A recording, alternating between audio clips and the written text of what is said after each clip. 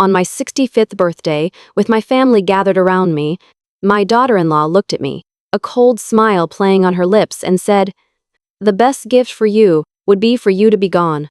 I didn't say a word in response. I simply gave a quiet, slow nod. The next morning, I walked away from the house and the watch shop where I had spent more than half my life. I took only two things with me: the complete set of tools my father had passed down to me, and the wedding photograph of my wife and me. And when I finally returned, the way my entire family, no, the way even my own son looked at me, it was as if they were seeing a complete and utter stranger. My name is Ken Miller. I turned 65 this year. I've lived nearly my entire life right here, on this quiet street corner in the small New England town of Maple Creek. My world has been the old, weathered watch shop that has stood here for generations. It was the shop my father entrusted to me, the place where I poured every ounce of my youth and passion. The building is a 3-story wooden house. The ground floor, with a hand-painted sign that reads, "Miller's Watch Repair," has always been my workshop. The second and third floors have been my family's home for over 40 years. I painted that sign myself, back when my hands were steadier and my future seemed as clear as a newly polished watch crystal. Times have changed, of course. Now, everyone checks the time on their smartphones. But even so, people still wander in from time to time. Someone will bring in a treasured timepiece saying, "I was hoping you could fix my grandfather's watch." Others just stop by to talk for a while, to pass the time by talking about time itself. I always thought that was enough. I believed that if I could live a simple, honest life in this small corner of the world, that would be all I needed. But life has a quiet way of dismantling the everyday routines you've grown to love. It was a crisp autumn day, 5 years ago, when my beloved wife, Evelyn, passed away after a long and difficult illness. She was a quiet, unassuming woman, but she had a core of incredible strength. She was like a fine mechanical watch, delicate on the outside, but built with a durable, unwavering movement that ticked on day after day. She left this world on a morning when the wind had just started to carry a chill, and the persimmon tree in our small backyard was heavy with ripening fruit. That day, I remember making the coffee all wrong, bitter and dark. I blamed myself for it all day long. It was a simple mistake, but it was a part of our morning ritual, a small task that had always been hers. After she was gone, the house felt cavernously large and unnervingly silent. The familiar sound of her morning cleaning, the soft murmur of our conversations over the dinner table, it all vanished. The only sound left was the lonely clink of my fork against a single plate. I never truly got used to that quiet, but I forced myself to carry on as if nothing had changed. I tried to keep our old routines alive because I felt that if I stopped, if I let my hands fall idle for even a moment, something essential would crumble into dust. It felt as though the second hand of my life had lost its central pivot and, simply frozen in place. A year later, my son, Michael, and his wife, Sarah, moved in with me. I was filled with a cautious hope. I imagined the house once again being filled with light and laughter. I dreamed of smelling a home-cooked meal wafting from the kitchen in the evenings, of a day when I might walk a grandchild by the hand through the town square, just as I had once walked with Michael. And for a short while, it was wonderful. But that joy, like a poorly wound clock, did not last long. Sarah was a modern woman, sharp, intelligent, and a hard worker. But from the very first day she moved into our home, there was an invisible wall between us. She never offered a good morning when she came downstairs, and if I returned late from the shop, there was never a, "How was your day, Ken?" The tradition of the family eating together at the dining table began to fade, first becoming sporadic and then disappearing entirely. I found myself cooking my own meals, doing my own laundry, and cleaning my own spaces. It happened so gradually that it seemed as if no one else even noticed. I didn't feel anger or even a profound sadness. It was more of a quiet, creeping sensation, the feeling of slowly becoming a foreign object in my own home. An old piece of furniture that no longer fit the decor. Michael, too, had changed. He was such a gentle, thoughtful boy growing up, but his demanding job had consumed him. We barely spoke anymore. When we did happen to sit at the same table, his eyes were always glued to the screen of his phone. If I tried to share a story from the old days, he would inevitably cut me off with the same line. "Dad, it's just not how things are done anymore." Despite it all, I kept repairing watches. It was more than a job, it was my reason to get out of bed in the morning. My old, loyal customers were slowly dwindling, and though a few younger people would occasionally stop by out of curiosity, very few of them could appreciate the intricate beauty of a mechanical watch that had been ticking for decades. Still, I couldn't bring myself to stop, because for me, every single watch holds a story. One is a memory of a marriage proposal. Another is a family heirloom, passed down from a father to a son. One was a birthday gift. Another a small, precious treasure that someone couldn't bear to throw away. I'm not repairing these pieces for the money. I'm doing it because I want to protect that person's fragment of memory. It's the same way I still hold on to every memory of Evelyn, cherishing each one like a priceless gem. This is how I had been living.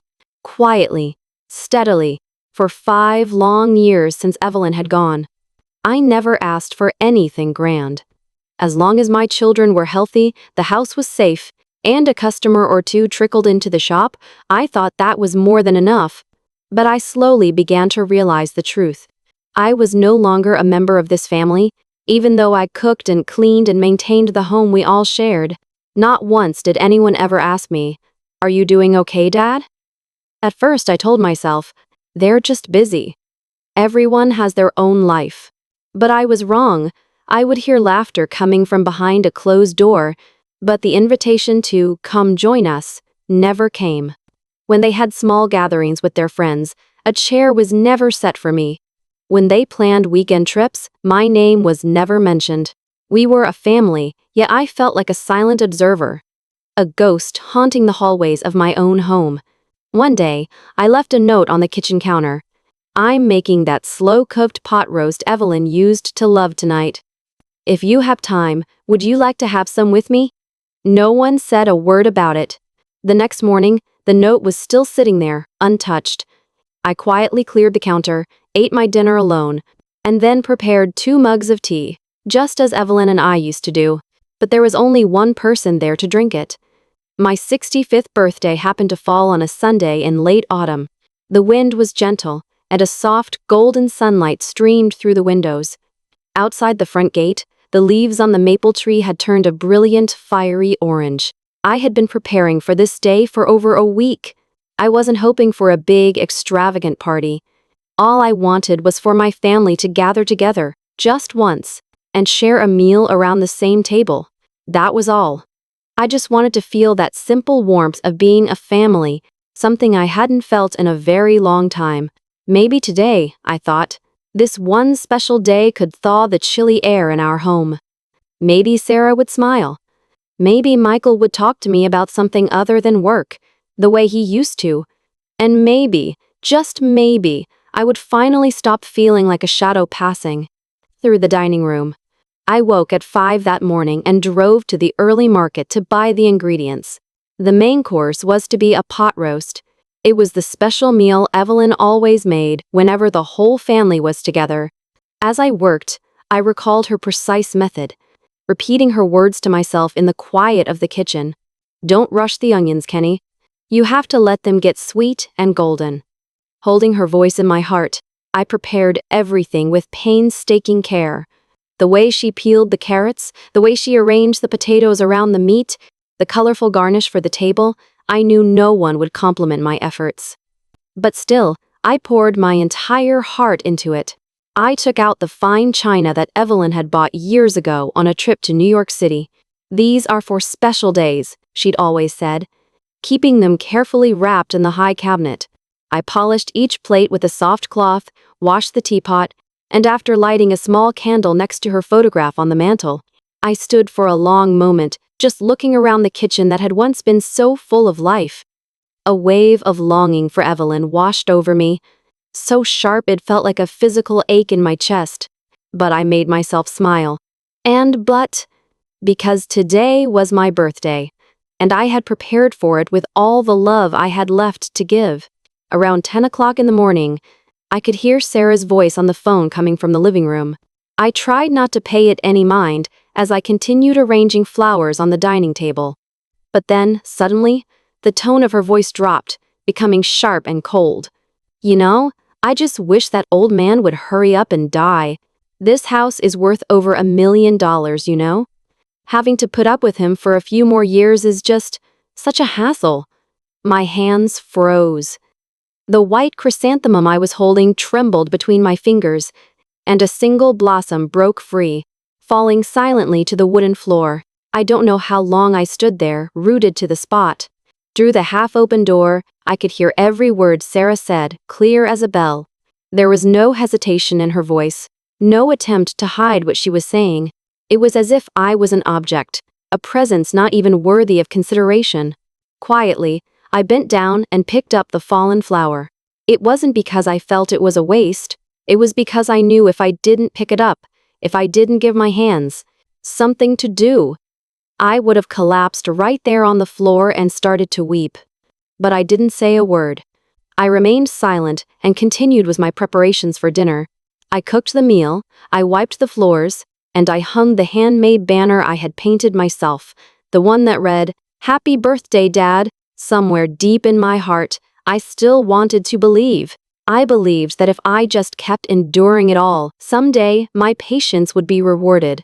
If I just stayed quiet, stayed out of the way, and continued to sacrifice in silence, then one day, surely, they would finally see me as part of the family. That's what I truly believed. And that was my greatest mistake. That evening, my birthday dinner began at 6 o'clock sharp. Michael was the first one to come into the dining room. He looked exhausted from work and offered a single, tired comment. "Did you make all this, Dad? Smells good." A few moments later, Sarah walked in, clutching a designer handbag and scrolling through her phone as she took her seat at the table. No one said happy birthday to me. There were no presents, no cards, not even a simple store-bought cake. I just smiled and gestured for them to start eating. The only sound that filled the room was the clinking of forks and spoons against porcelain plates. Trying to break the heavy silence, I started to tell a few stories from the old days. The time Michael accidentally broke his grandfather's pocket watch, and the time his mother and I got into a silly argument after cracking her favorite teapot. But no one was listening. Sarah would occasionally offer a vague, non-committal, in response. Michael just ate his food quickly and silently. For dessert, I brought out the spiced apple cake I had made using Evelyn's old recipe. But the moment I placed it on the table, Sarah set down her fork and let out a long, weary sigh.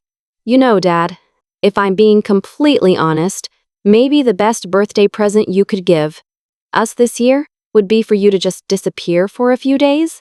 The whole atmosphere in this house just feels so heavy." The air in the room froze solid. I looked over at Michael, but he just kept his eyes down, staring at his empty plate. He didn't object. He didn't offer a single word to defend me. Nothing. I stood up from the table in silence and walked back into the kitchen. I didn't say a thing. The heart that had felt so alone for so long, in that one instant, shattered into a million pieces. I couldn't sleep that night. I went out onto the small second-floor balcony and looked down at the quiet town below. The glow from the streetlights cast long, dancing shadows of the trees onto the empty sidewalk. The wind had turned cold, so I went back inside and pulled Evelyn's old wool coat, the one I still kept, hanging in the back of the closet over my shoulders. From inside one of the pockets, I found a small, embroidered handkerchief that still carried the faint scent of her lavender perfume. I clutched it tightly in my hand. It felt as if I was trying to hold on to something that was gone, forever and could never come back. And then, I remembered. I remembered the words Evelyn had said to me as she lay in her hospital bed. If you ever feel like you're not a part of this house anymore, it's okay to leave, Ken. You don't have to keep enduring it forever.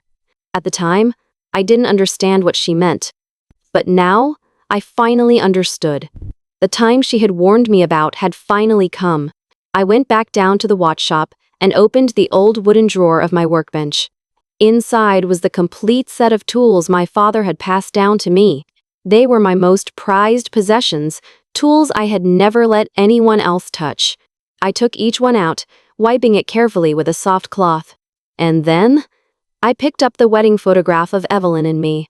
It was the one where she was wearing her beautiful white wedding dress, smiling so gently as we stood under the weathered wooden porch of the old church. I won't say anything. I won't blame anyone. I just quietly began to prepare for what I had to do the next morning. I had thought I could endure it for just a little while longer. All I had to do was stay quiet. All I had to do was not be a burden. If I did that, I believed that one day, everything would work out. That's what I had convinced myself of. But that night, that one single comment, those words from my daughter-in-law, that pierced me like a knife. They finally made me realize the truth. My silence hadn't been a virtue. It had only given people permission to treat me as if I were invisible. I didn't sleep a wink that night. I just sat at the workbench in my old watch shop, listening to the passing of time. A grandfather clock that had been left in my care for years ticked away quietly in the corner. Tick-tock, tick-tock. Normally, that steady, rhythmic sound would calm my soul. But tonight, each tick echoed with a heavy, profound weight. It felt as if the clock was counting out the long, silent years I had spent living in a cage of indifference, a cage I had unknowingly helped to build. I reached down and opened a small drawer beneath the workbench. From it, I pulled out a deep brown wooden box, its color faded with the passage of time. Inside was the complete set of watch repair tools I had inherited from my father. Tiny screwdrivers, precision tweezers, a jeweler's loop, a small vial of oil, each tool was perfectly maintained. A cherished memento that I had carefully preserved. Every single one of them held the memory of a different time. They held the memories of my youth, of learning the intricate mechanics of gears at my father's side, of listening intently to the heartbeat of a watch. I carefully placed each tool into a sturdy leather satchel. Then, I went upstairs and opened the old armoire where I kept my personal belongings. Inside, there was an envelope. It contained a passbook for a savings account holding over $350,000. Money I had been carefully saving bit by bit ever since I was a young man. It was the money I had protected, never touching a cent of it, even after Evelyn passed away. Originally, I had planned to use that money for Michael's future, or for my grandchildren. But now, I wasn't so sure anymore. I wasn't even sure if I truly had anyone I wanted to leave something behind for. Next to the passbook lay a single wedding photograph. It was taken at a small chapel in the countryside just outside of town. Evelyn was in her white dress, smiling with a gentle warmth, while I stared at the camera with a shy, awkward expression. It was one of the few pictures I had from a time when I could say, without a doubt, that I was truly and completely happy. I gently slid that photograph into the satchel as well, right next to my tools. It felt as if I was packing away my heart itself, taking it with me. After that, I returned to my workbench and wrote a few words on a small piece of paper. It was a message meant to be a quiet, final punctuation mark at the end of this chapter of my life. Gone to find some peace and quiet. The keys and some cash are on the table. Please be kind to each other. Ken. I would leave behind no anger, no resentment. All I wanted to leave was a quiet, clean end. As the first light of dawn began to break, I put on my coat, pulled a hat down over my head, slung the satchel over my shoulder, and quietly walked out of the house. I had always believed this house would be the place where I would live out the rest of my days. I turned back to look at it one last time. The silent kitchen, the creaking wooden stairs, and the closed-up front of the old watch shop. It was all so familiar. And at the same time, it all felt painfully, impossibly far away. I walked to Boston's South Station and boarded the first train of the morning, heading north. My destination was a small, quiet, coastal town in Maine. It was the place where Evelyn and I had spent our honeymoon, a place I remembered for its tranquil ocean and its narrow, winding streets, I had no acquaintances waiting for me, no destination in mind. There was only one thing I knew for certain. I wanted to get away from it all. All I wanted was to live out the remainder of my life as just a man, quietly, and with some small measure of dignity. The train pulled away from the towering steel and glass of Boston's skyscrapers, the city's dense architecture gradually giving way to a landscape of sprawling forests and quiet New England farmland. I sat by the window, watching the sun glitter on the surface of a winding river below, and I felt a sense of lightness that was so unfamiliar, it was almost startling. It was as if, after all these years, I had finally been allowed to set down the heavy backpack filled with stones that I had been forced to carry for so long. I arrived in a small coastal town just as the sun was reaching its highest point in the sky. A gentle sea breeze tickled my nose, and the air was thick with the clean, briny scent of the ocean. I found a modest guest house near the harbor and took a room for the night. It was a simple space, containing nothing more than a single bed, a small wooden desk and chair, and a window that looked out over the water. It was perfect. Here, nobody knew my name. Nobody knew my story. There was no one to look at me with eyes full of pity, or worse, with the thinly veiled contempt I had grown so accustomed to. Here, I was just a 65-year-old man, a man who had made his living repairing watches, a man who had loved one woman with all his heart. And now, a man who was simply seeking a quiet life. I spent that first day just walking through the town. The people I passed on the street, strangers one and all, offered me a small smile and a gentle nod as they went about their day. It was a simple gesture, but it felt like a warm welcome. I stepped into a little coffee shop on Main Street, a cozy place with mismatched wooden chairs and the comforting aroma of brewing coffee and baked goods. I ordered a hot black coffee and sat by the window, watching the fishing boats bob in the harbor as I slowly sipped the dark, steaming liquid. Right next door to the coffee shop stood an old, abandoned storefront. A faded, peeling wooden sign hung above the door, its letters barely legible, but I could just make out the words, "Time and Tide Watch Repair." The windows were caked with years of dust and grime, and it was clear the place had been closed for a very, very long time. I found myself standing in front of it, unable to move. I stood there for what felt like an eternity, just staring at the ghost of a life that felt so much like my own. I couldn't explain why, but tears began to stream down my face, hot and silent. They weren't tears of sadness, not really. They were tears of release. Perhaps it was because, in that moment, I realized that the man who had been a father, a husband, and a burden to be resented had finally died. And the person standing here now, on this quiet street in a town he'd never seen before, this was a new man, someone who carried nothing on his shoulders. This was just Ken. That night, back in my small room, I opened my leather satchel and took out the wedding photograph of Evelyn and me. I set it carefully on the little wooden desk. Next to it, I laid out the tools I had inherited from my father, their polished steel surfaces still gleaming under the soft light of the bedside lamp. I gazed at the photograph and felt a genuine smile spread across my face for the first time in what felt like a lifetime. "Evelyn," I whispered to her smiling image. "I left, my love. I finally left that house. You told me, didn't you? You said, if you ever feel like you're not a part of this house anymore, it's okay to leave, Ken. Well, I've made my choice now. I did just what you told me to do." Outside my window, the sound of the waves washing against the shore was a soft, rhythmic whisper. It felt like a gentle answer from the past, a soothing reassurance that echoed over and over again in my heart. I had no idea what tomorrow would bring. I had no plan, no prospects, but I knew, with a certainty that settled deep in my bones, that I had finally taken the first step. And that night, wrapped in the profound quiet of a strange town, I slept more deeply and peacefully than I had in years. There was no more suffering, no more regret. And that voice?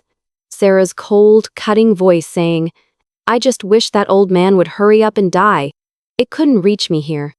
I hadn't died, not at all. I had simply retired.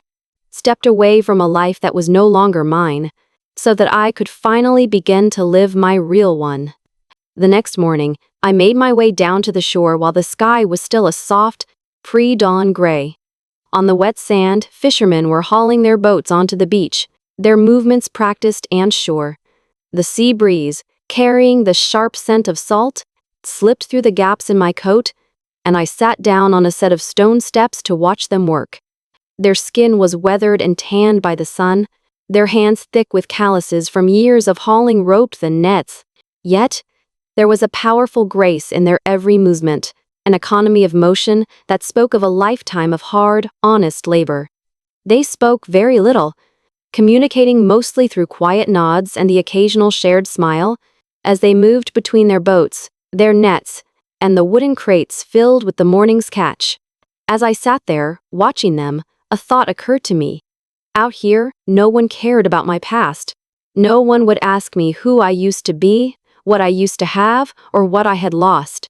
If they accepted me at all, it would be for one simple reason: because I was able to listen, to observe, and to know when to simply be silent.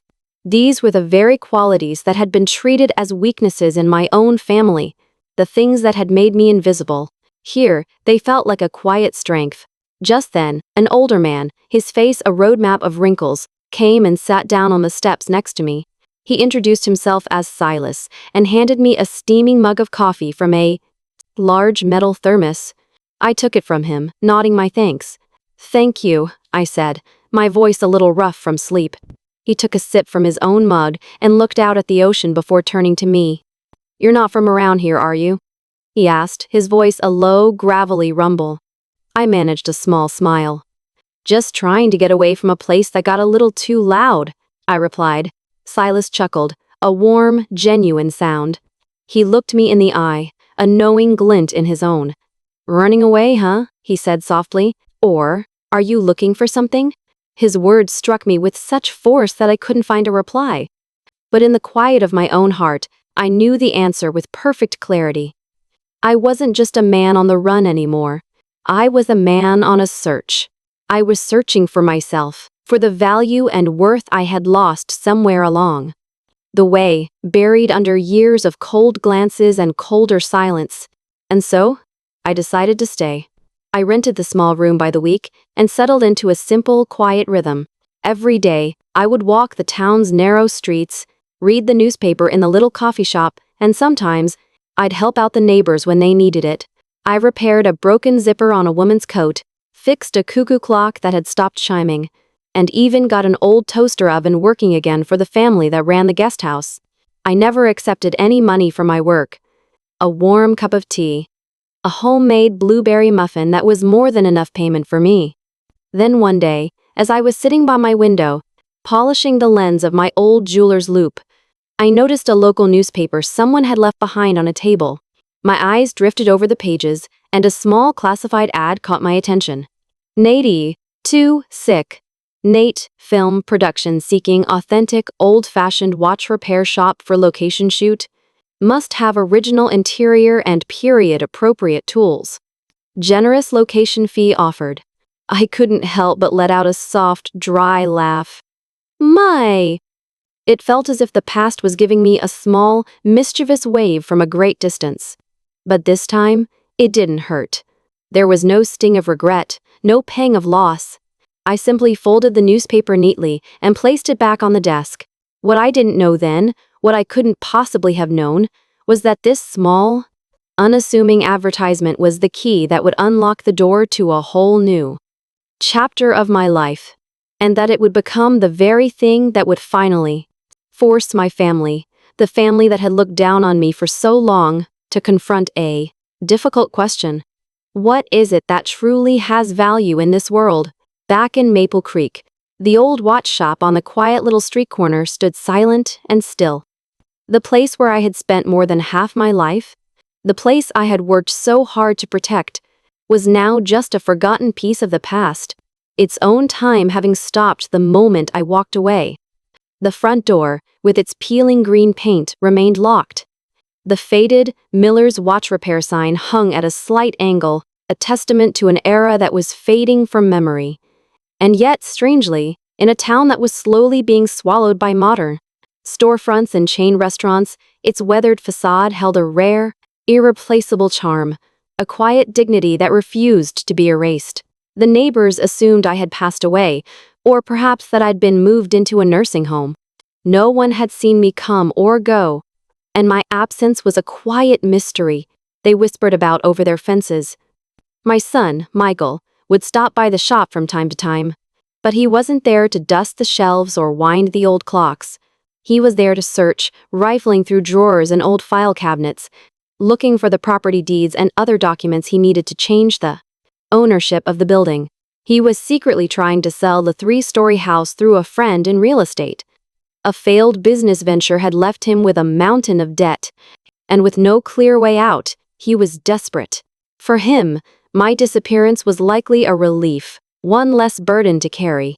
But it was also a void, a silent space in his life that he couldn't quite figure out how to fill. And then, 2 weeks after I had vanished from their lives, a small group of people appeared in front of the old watch shop.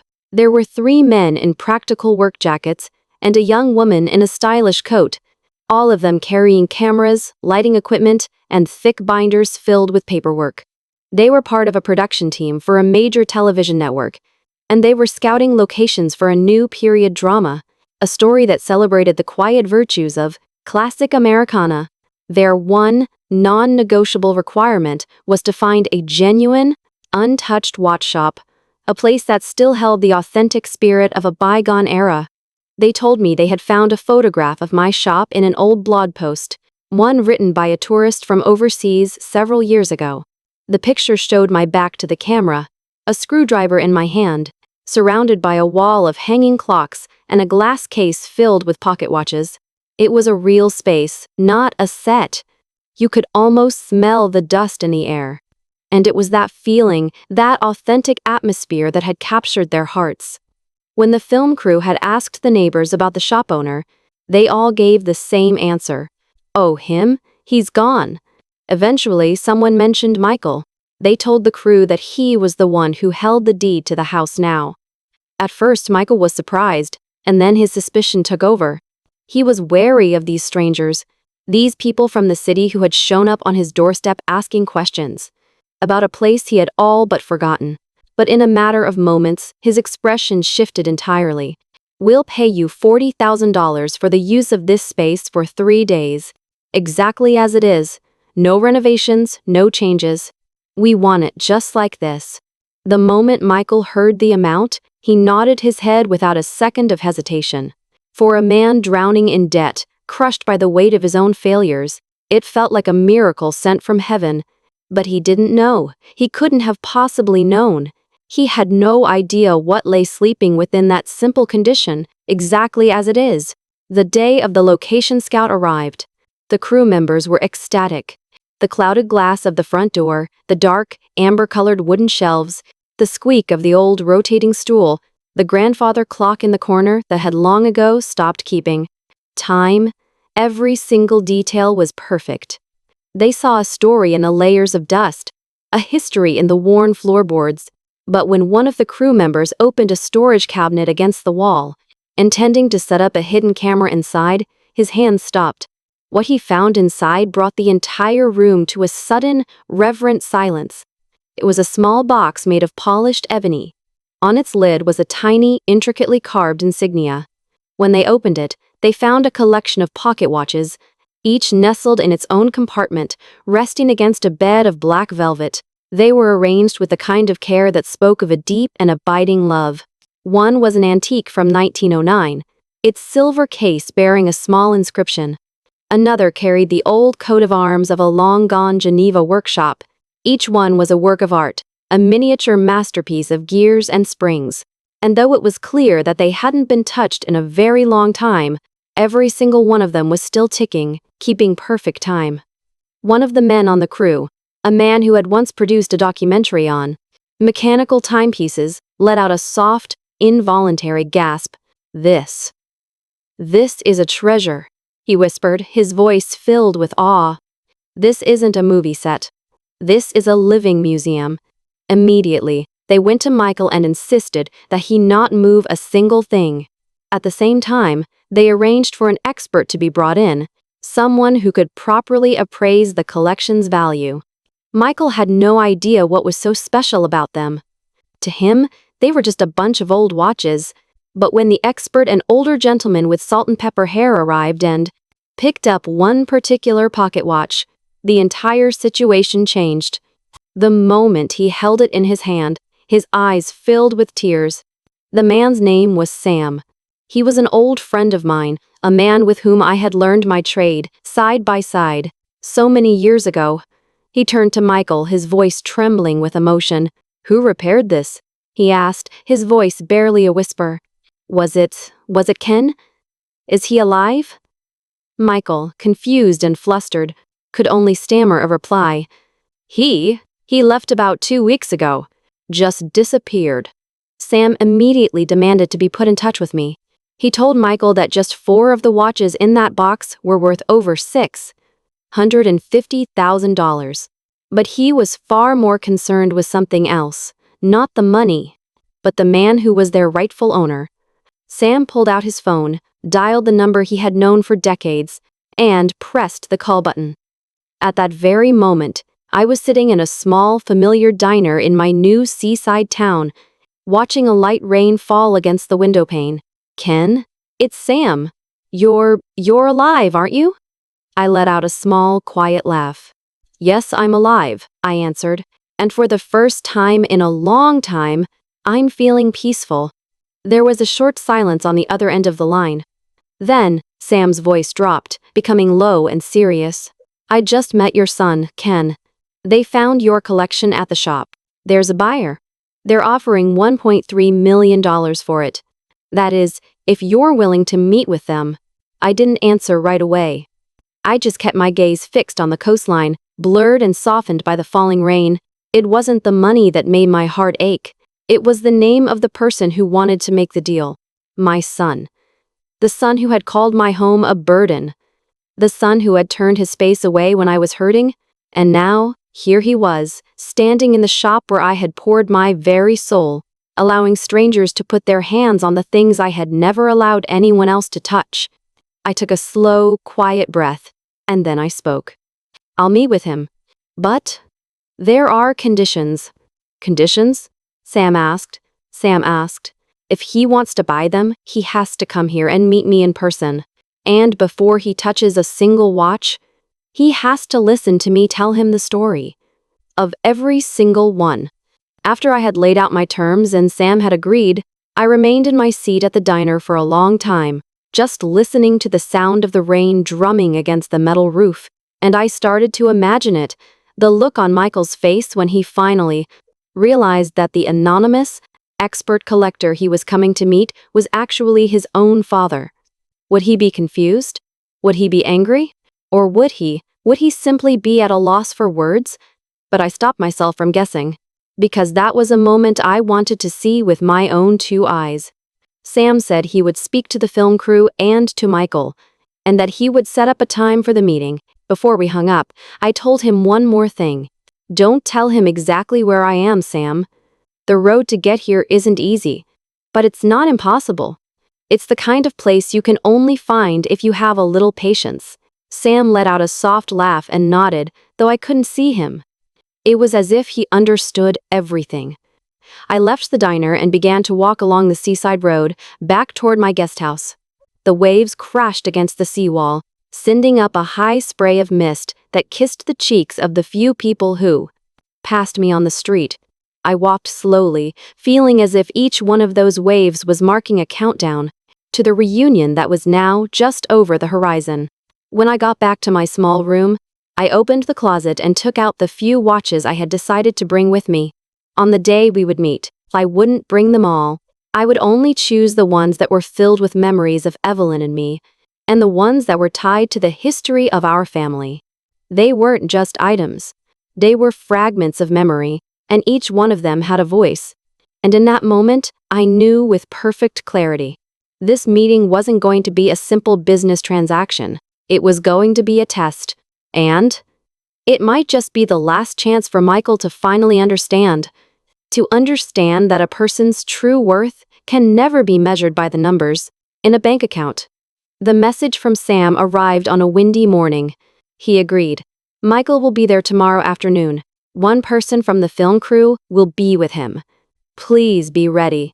I read the words slowly, my eyes tracing each letter as if I could hear the wind whistling through the spaces between them. Michael was coming. It would be the first time we had seen each other since the morning I walked away from that house. But strangely, my heart wasn't racing. There was no flutter of anxiety in my chest. All I felt was a quiet, almost unnatural calm.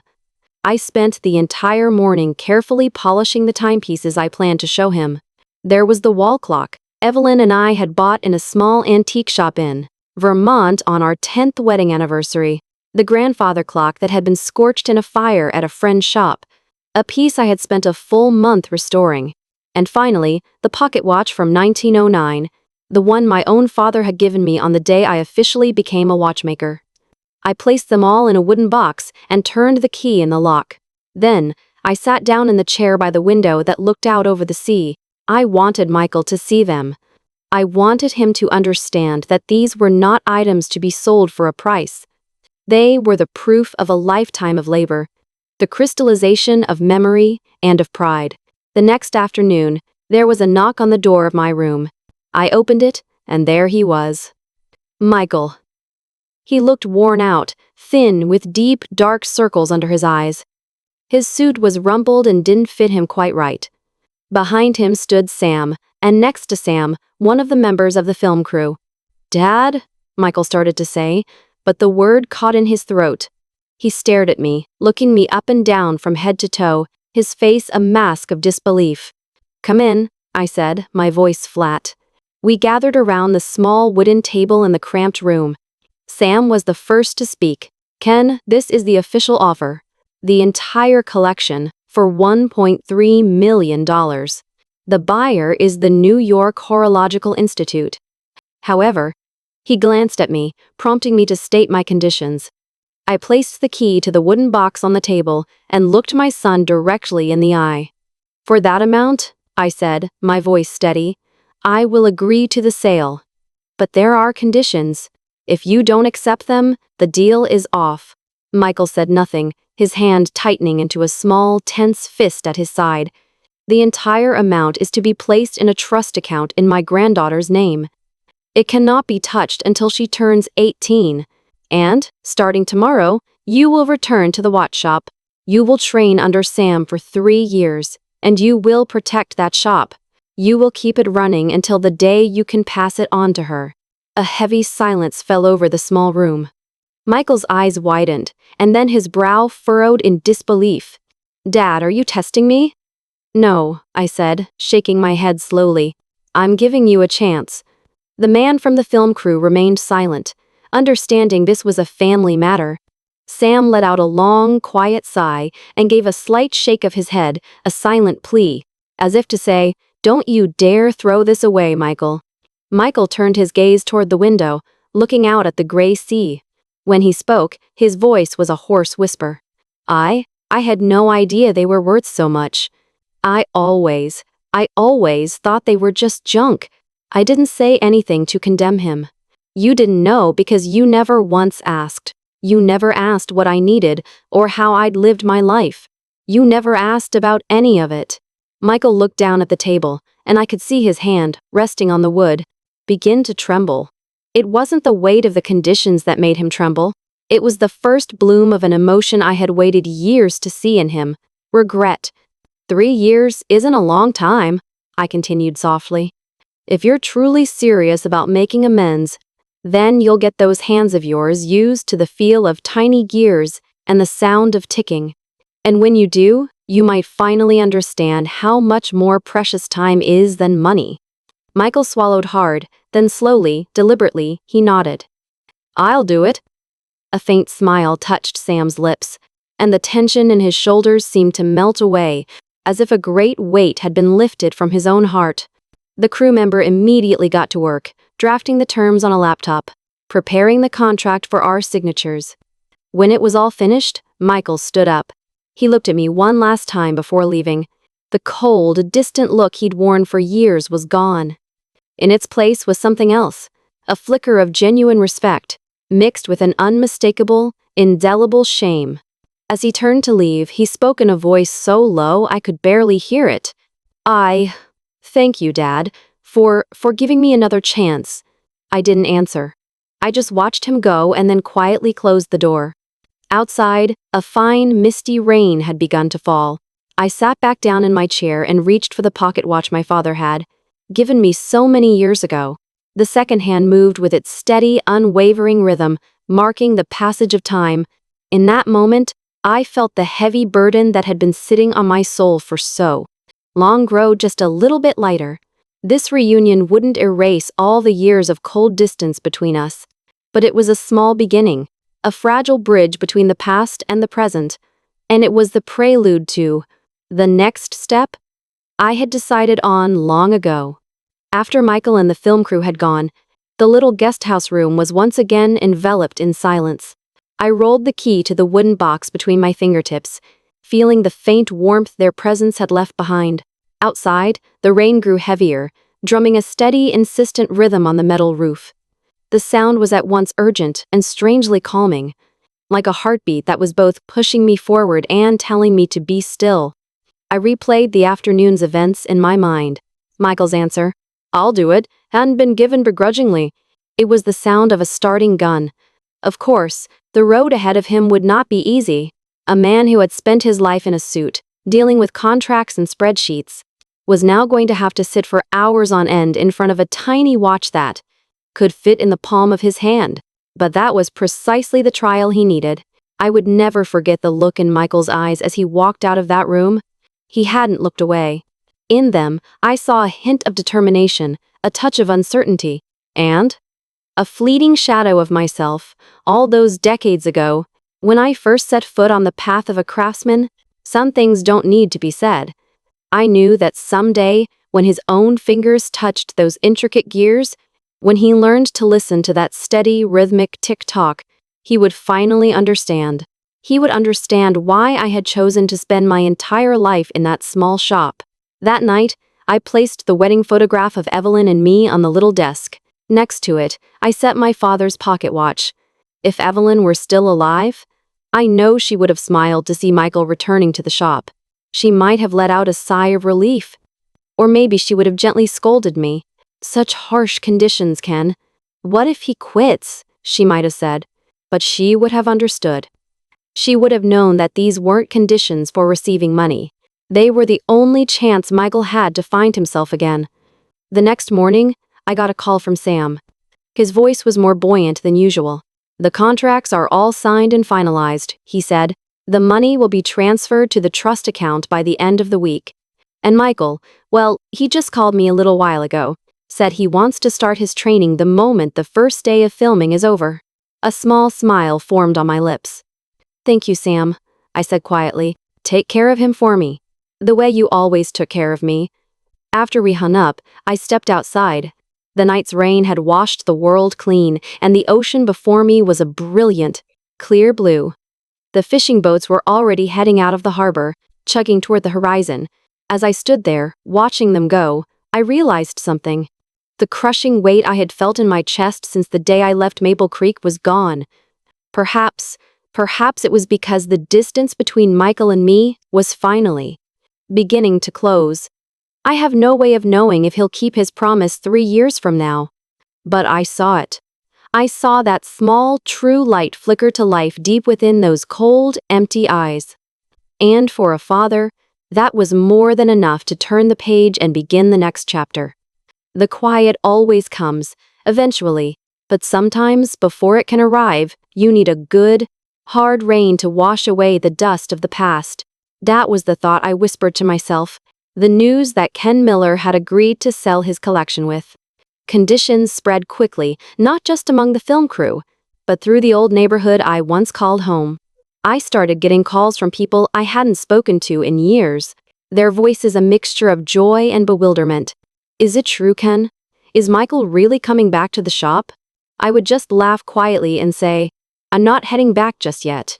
Meanwhile, in Maple Creek, Michael began to fulfill his side of the bargain.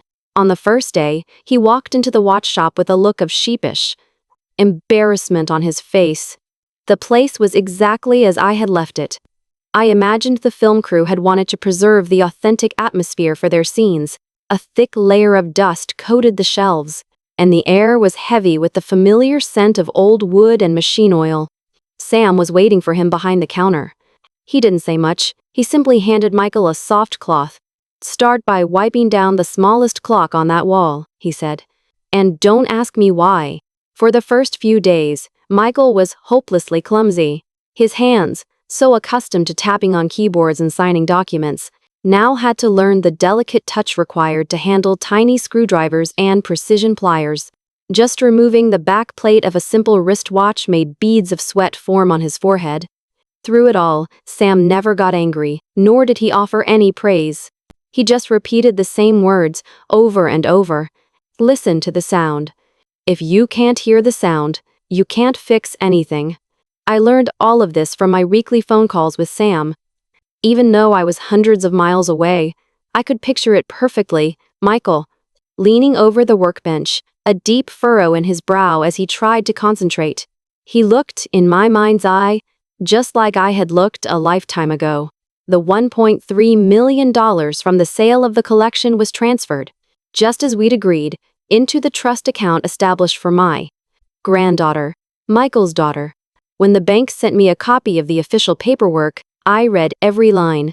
It clearly stipulated that the funds were inaccessible until the beneficiary reaches the age of 18, and that, in the event of my death, management of the account shall pass to a legally appointed guardian.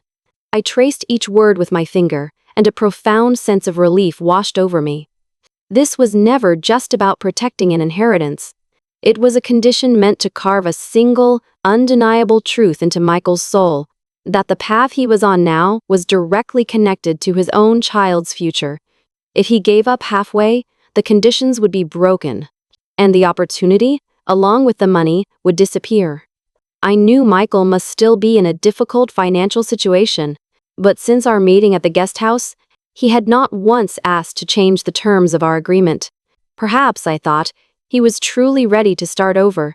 3 weeks later, the film crew officially began shooting inside the old watch shop. I didn't go back to Maple Creek to see it, of course.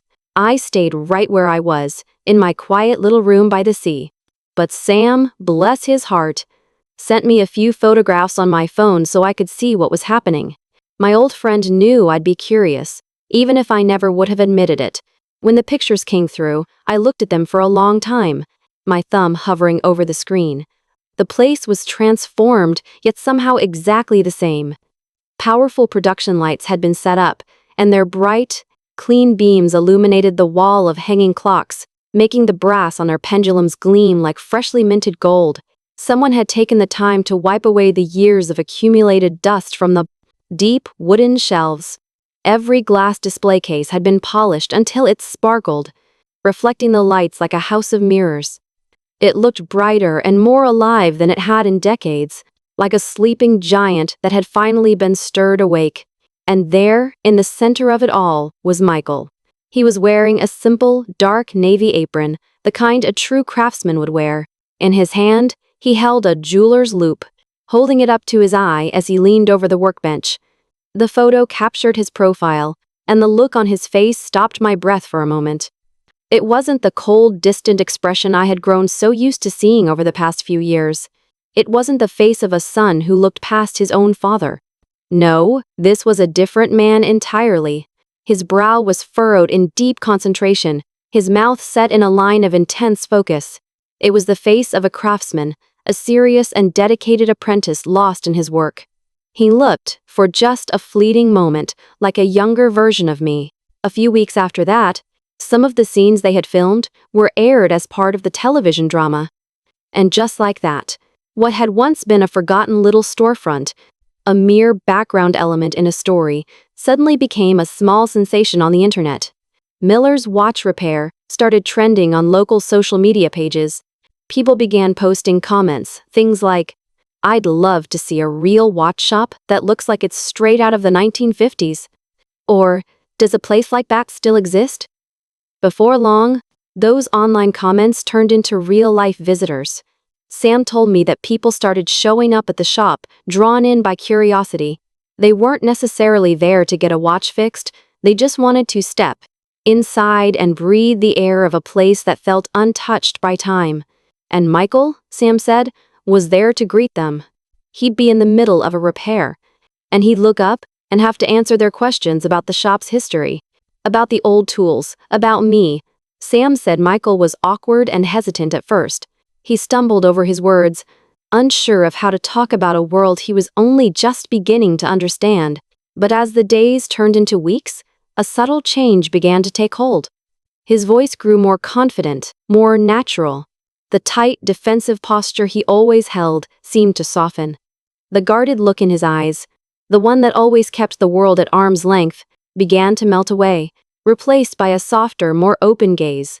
He was learning not just to fix watches but to talk to people, to share a piece of his family's story.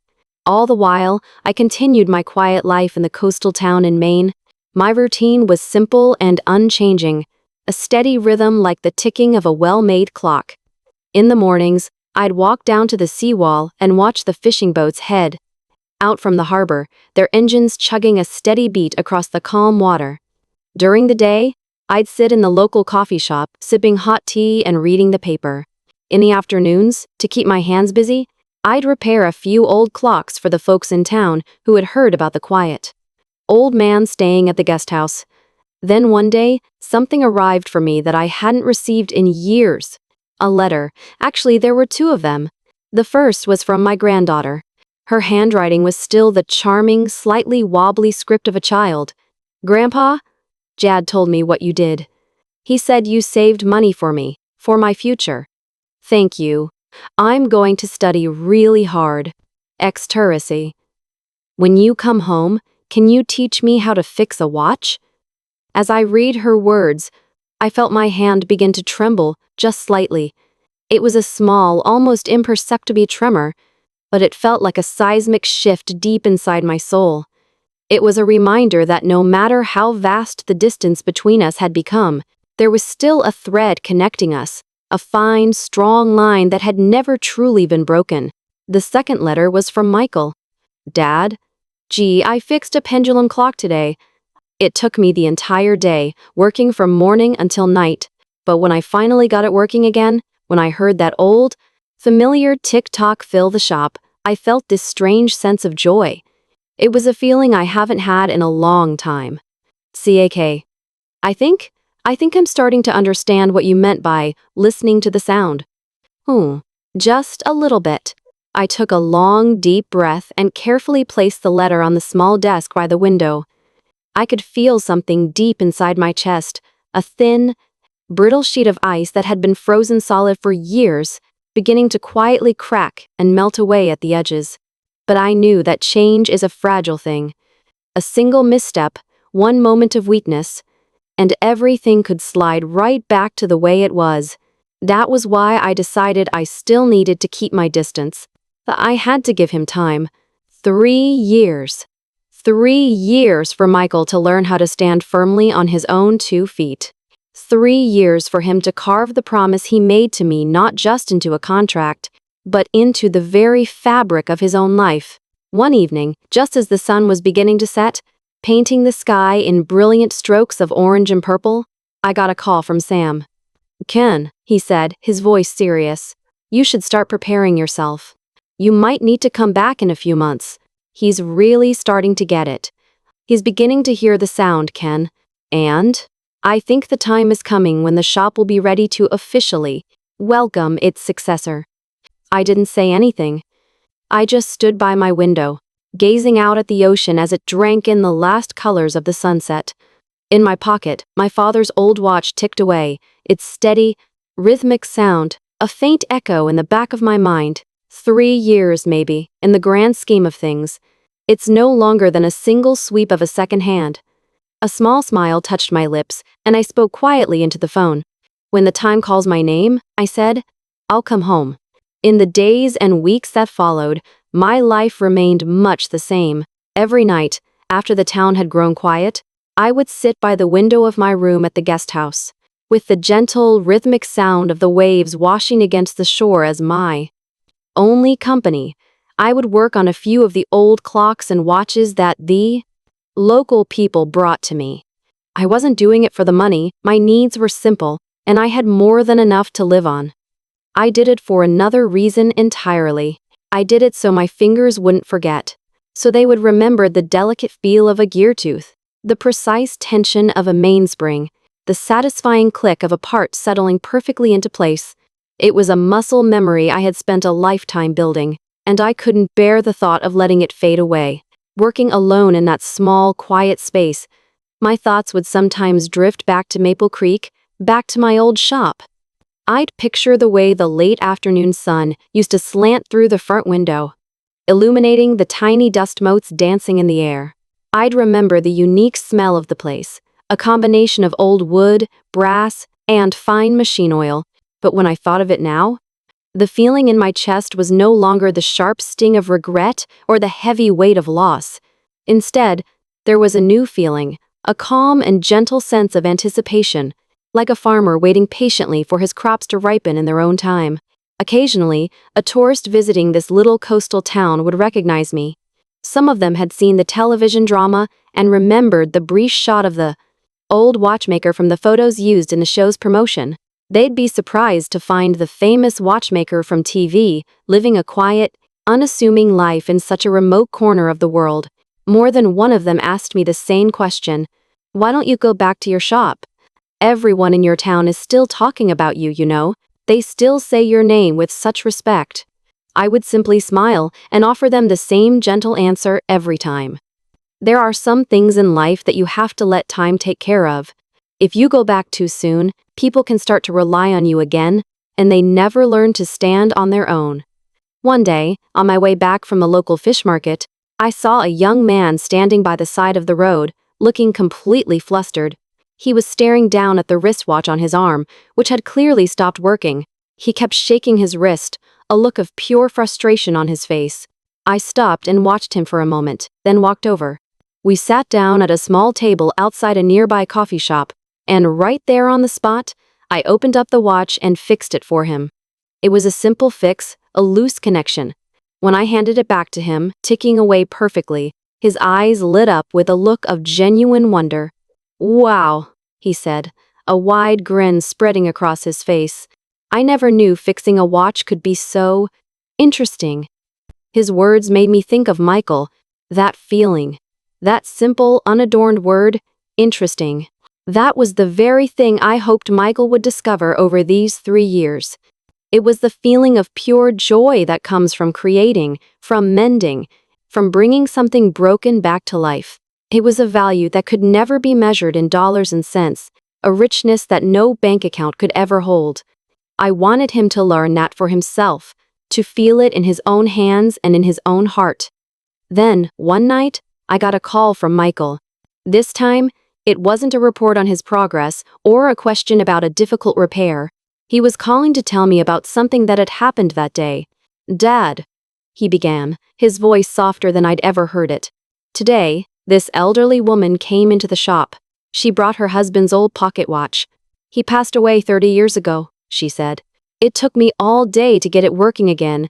But, Dad, the moment it started ticking, the moment she heard that sound, she started to cry. Fair in the shop. I've never seen someone cry over an object before." I didn't answer right away. I let the silence hang in the air between us for a few seconds, letting his words sink in. Then, I spoke slowly and clearly. "Now do you understand?" I asked him. "Now do you see why I kept doing this work all my life?" On the other end of the line, I heard Michael let out a small, quiet sigh. It was a sound that held a universe of meaning. "Yeah, Dad," he said softly. "I understand." That short, simple exchange was worth more to me than any apology he could have ever offered. It was a bridge, built across years of silence. Great change never happens all at once. It begins with small moments of awareness like this one. And if you nurture those moments, if you give them time and space to grow, then even a broken relationship between a father and a son can be slowly, carefully, pieced back together. That night, I sat at my desk for a long time and wrote a card to my granddaughter.